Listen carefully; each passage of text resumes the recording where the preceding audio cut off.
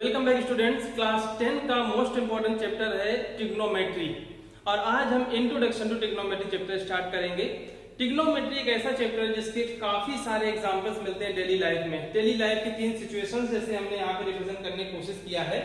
ये एक टावर है और एक लड़का इस टावर के टॉप को देख रहा है। तो उस केस में आप देखिए ये इसकी पैरेलल आई साइड है और इस टॉप को जब ये देखेगा तो ये इसकी साइड बनेगी और ये है perpendicular from the top on the base. तो एक ट्राइंगल यहाँ पे फॉर्म हुआ। इसी तरह से किसी दीवार पे एक स्टूडेंट बैठा हुआ है या कोई लड़का बैठा हुआ है, वो जमीन में पड़ी हुई एक बॉल को देखता है, तब भी हमें एक ट्राइंगल मिल रहा है। और अगर कोई भी स्टूडेंट किसी उड़ते हुए बलून को देखता है, उस केस में भी हमें एक ट्राइंगल ही मिला। और ये सारे ट्राइंगल्स क्या स्पेशलिटी रखते हैं आप देखेंगे, ये सब की सब राइट एंगल ट्राइंगल हैं। इन सब में 90 डिग्री का एंगल बढ़ रहा है। तो ट्रिग्नोमेट्री हमें राइट एंगल ट्राइंगल के अंदर ऑपरेशंस करने की स्वतंत्रता देती है। ट्रिग्नोमेट्री हम जो भी पढ़ेंगे वहां पे मोस्टली राइट एंगल ट्राइंगल्स का ही यूज होगा। इन सारी सिचुएशंस में हम लोग ये हाइट या डिस्टेंस फ्रॉम द बेस इसको किसी एक टेक्निक से निकाल सकते हैं और वो सारी टेक्निक्स आती हैं ट्रिग्नोमेट्री के अंतर्गत। इस चैप्टर में हमें इन ट्राइंगल्स की साइड्स के रेशियो निकालना है और वो सारे रेशियो हम लोग ट्रिग्नोमेट्रिक रेशियोज के फॉर्म में पढ़ेंगे। आइए अब हम लोग देखते हैं कि क्या होते हैं ट्रिग्नोमेट्रिक रेशियोज। अगर हम ट्रिग्नोमेट्री के शाब्दिक अर्थ की बात करें तो ट्रिग्नोमेट्री 3 ग्रीक लेटर्स से मिलकर बनता है, try, gone, matron.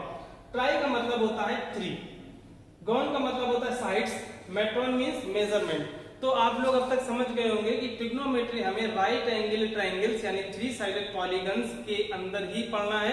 3 sided polygons के साइड्स के जो रेशियोज होंगे उनको हम ट्रिग्नोमेट्रिक रेशियोज के फॉर्म में लिख सकते हैं। तो ट्रिग्नोमेट्री में हमें इन 6 ट्रिग्नोमेट्रिक रेशियोज को पढ़ना है। कौन कौन से रेशियोज हैं? Sine of angle A, cosine of angle A, tangent of angle A, cosecant of angle A, secant of angle A and cotangent of angle A. इन सभी ट्रिग्नोमेट्रिक रेशियोज को किसी भी ट्राइंगल की साइड्स के रेशियोज के form में हम रिप्रेजेंट कर सकते हैं। अब हमने माना है कि एबीसी एक राइट एंगल ट्राइंगल है जिसमें एंगल बी 90 डिग्री का है। इस राइट एंगल ट्राइंगल को हम हाइपोटेनस, परपेंडिकुलर और बेस इन तीनों साइड्स में भी रिप्रेजेंट कर सकते हैं।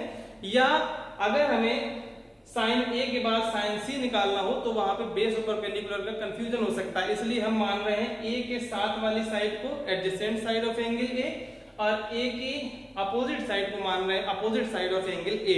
तो अब हमने इन 3 साइड्स के नाम दे दिए क्योंकि हम लोग निकालने जा रहे हैं sine of angle A.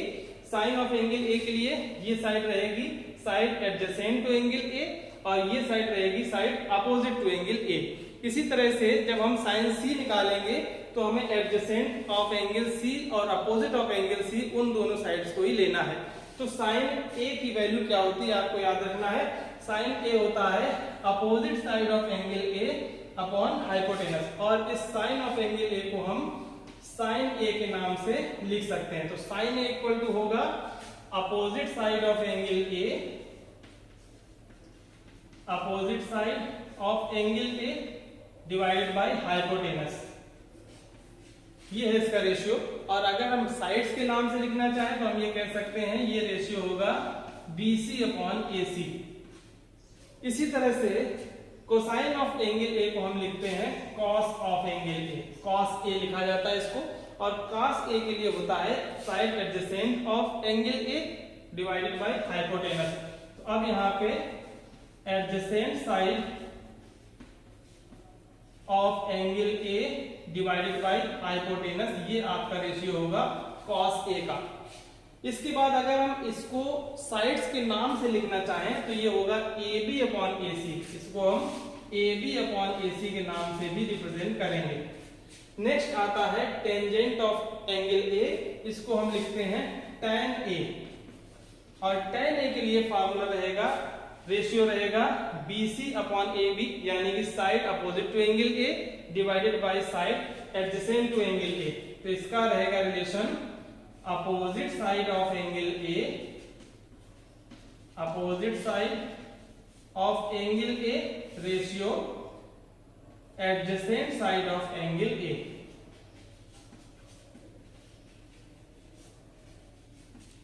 tan A को साइड्स के नाम से क्या लिख सकते हैं, BC upon AB, BC upon AB, ये होगा हमारा tan A। अब यहाँ से आप एक खास पैटर्न देखेंगे कि टेंजेंट ऑफ एंगल ए यानी tan A है sin A upon cos A। अगर हम sin A के रेशियो को cos A के रेशियो से डिवाइड कर दें तो हाइपोटेनस हाइपोटेनस कैंसिल हो गया, बच गया opposite side of angle A divided by adjacent side of angle A। तो आपको सिर्फ दो रेशियो याद रखना है, sin और cos। उसके बाद आपको sin cos से ये बाकी के चारों रेशियोज मिलेंगे। कैसे मिलेंगे देखिए मैं बताता हूँ। जैसे आपको मालूम हो गया कि sin A का रेशियो होता है BC upon AC। sin A को हम लिख सकते हैं BC अपॉन AC और cos A को हम लिख सकते हैं AB अपॉन AC। जैसे आपको ये दोनों रेशियोज मालूम है तो आप याद रखें कि tan A इक्वल टू होता है sin A upon cos A। जैसे हम sin A में cos A को भाग देंगे तो AC AC कैंसिल, हमें मिल गया BC अपॉन AB। इसके बाद हम ये जानते हैं कि tan का उल्टा होता है cot, तो जो tan का रेशियो निकला उसको हम लिख सकते हैं रेसिप्रोकल करके AB अपॉन BC, ये cot A का रेशियो हो गया। फिर cos का उल्टा होता है sec, जो हमने cos का रेशियो निकाला उसको उल्टा करके लिख देंगे तो AC अपॉन AB, ये हो गया sec। और sin का उल्टा होता है cosec, जो sin का रेशियो है BC अपॉन AC, इसको हम लिख सकते हैं AC अपॉन BC, तो ये cosec के रेशियो को रिप्रेजेंट करेगा। तो इस तरह से आपको सारे ट्रिग्नोमेट्रिक रेशियोज याद रखना है। आप इस तरह से भी ट्रिग्नोमेट्रिक रेशियोज याद रख सकते हैं या इनके साइड्स के नाम परपेंडिकुलर बेस हाइपोटेनस से याद रख सकते हैं, या आप adjacent side of angle A opposite side of angle A upon hypotenuse भी याद रख सकते हैं। इसी तरह से अगर हम sin C निकालना चाहें, देखिए sin A का जो रेशियो था वो था opposite side of angle A divided by hypotenuse. तो अब जब sin C हम निकालेंगे तो इसका रेशियो होगा opposite side of angle C divided by hypotenuse. तो एंगल C के लिए sin का रेशियो होगा AB upon AC, AB upon AC, ये रेशियो होगा sin C। इसी तरह से अगर हम cos C निकालें तो वैसे cos A का क्या होता है रेशियो, cos A का था side adjacent to angle A divided by hypotenuse. तो cos C के लिए side adjacent of angle C यानी BC अपॉन हाइपोटेनस AC। तो हम cos C का निकाल सकते हैं BC अपॉन AC। इन सारे ट्रिग्नोमेट्रिक रेशियोज को जब आप याद कर लेंगे तो आप लोग नेक्स्ट एक्सरसाइज यानी हमारी फर्स्ट एक्सरसाइज हम लोग इजीली हर एक क्वेश्चन को सॉल्व कर सकते हैं। पूरी तरह से इसी नॉलेज पे बेस्ड है। अगर आपको ट्रायंगल की साइड्स को ट्रिग्नोमेट्रिक रेशियोज में रिप्रेजेंट करना आता है। आइए हम लोग एक्सरसाइज 8.1 का फर्स्ट क्वेश्चन सॉल्व करते हैं। देखिए फर्स्ट क्वेश्चन में कहा जा रहा है in triangle ABC which is right angle at B, AB is equal to 24 and BC equal to 7. Determine sin A cos A sin C cos C। ये मैंने ट्रिग्नोमेट्रिक रेशियोज लिखे हैं जो हम लोग जानते हैं, और इन ट्रिग्नोमेट्रिक रेशियोज से आप जानते हैं sin A की वैल्यू होती है BC अपॉन AC। BC क्या है, BC है opposite side of angle A, AC है हाइपोटेनस। तो आपको सिर्फ इस ट्रायंगल से BC अपॉन AC की वैल्यू लिख देना है, आपको sin A मिल जाएगा। AB अपॉन AC लिख देना है, cos A मिल जाएगा। तो आपको याद रखना है ऐसा कोई भी क्वेश्चन मिल जाए जिसमें एक ट्रिग्नोमेट्रिक रेशियो दे दिया गया हो या किसी भी ट्रायंगल की दो साइड्स दे दी गई हो, तो सबसे पहले आप तीसरी साइड्स को निकालने की कोशिश करेंगे। और तीसरी साइड निकालने के लिए हमारे पास सिर्फ और सिर्फ एक मेथड है, राइट एंगल ट्रायंगल के अंदर हम लोग पाइथागोरस थ्योरम ही अप्लाई कर सकते हैं। तो जैसे हम यहाँ पे पाइथागोरस थ्योरम अप्लाई करेंगे हमें AC मिलेगा, और AC निकालने के बाद जो कुछ भी हमें डिटरमाइन करना है हम वो सारे ट्रिग्नोमेट्रिक रेशियोज निकाल सकते हैं। आइए इन ट्रायंगल ABC सबसे पहले हम लोग बाय पाइथागोरस थ्योरम AC की वैल्यू निकालने की कोशिश करेंगे। बाय पाइथागोरस थ्योरम हम लिख सकते हैं AC square equal to AB square plus BC square. AC square equal to AB की वैल्यू है 24, 24 स्क्वायर प्लस BC की वैल्यू है 7 स्क्वायर। तो AC square is equal to 24 square plus 7 square करेंगे तो 625 मिलेगा। तो AC की वैल्यू मिल जाएगी 25, 625 का स्क्वायर रूट हमें 25 मिल जाएगा। यहाँ पे मैंने वैल्यू डायरेक्ट लिख दी है, आप कैलकुलेशन करके निकालेंगे। AC स्क्वायर इक्वल टू 625 मिलेगा, तो AC की वैल्यू हो जाएगी 25। अब इस ट्रायंगल में हमें तीनों साइड्स मालूम हो गई। अब हम लोग जो भी ट्रिग्नोमेट्रिक रेशियो रिक्वायर्ड है उसको निकाल सकते हैं इन फार्मूलाज की मदद से। देखिए सबसे पहले हमें निकालना है साइन ए। साइन ए की वैल्यू हम जानते हैं sine opposite of angle A divided by hypotenuse. Sine A है BC अपॉन AC, तो हम साइन ए की वैल्यू लिख लेंगे 7/25। ये हमारा आंसर, एकदम इजी।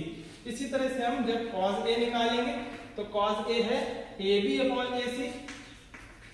AB अपॉन AC में सिर्फ आपको AB की वैल्यू 24 और AC की वैल्यू 25 लिख देना है, cos A हो जाएगा।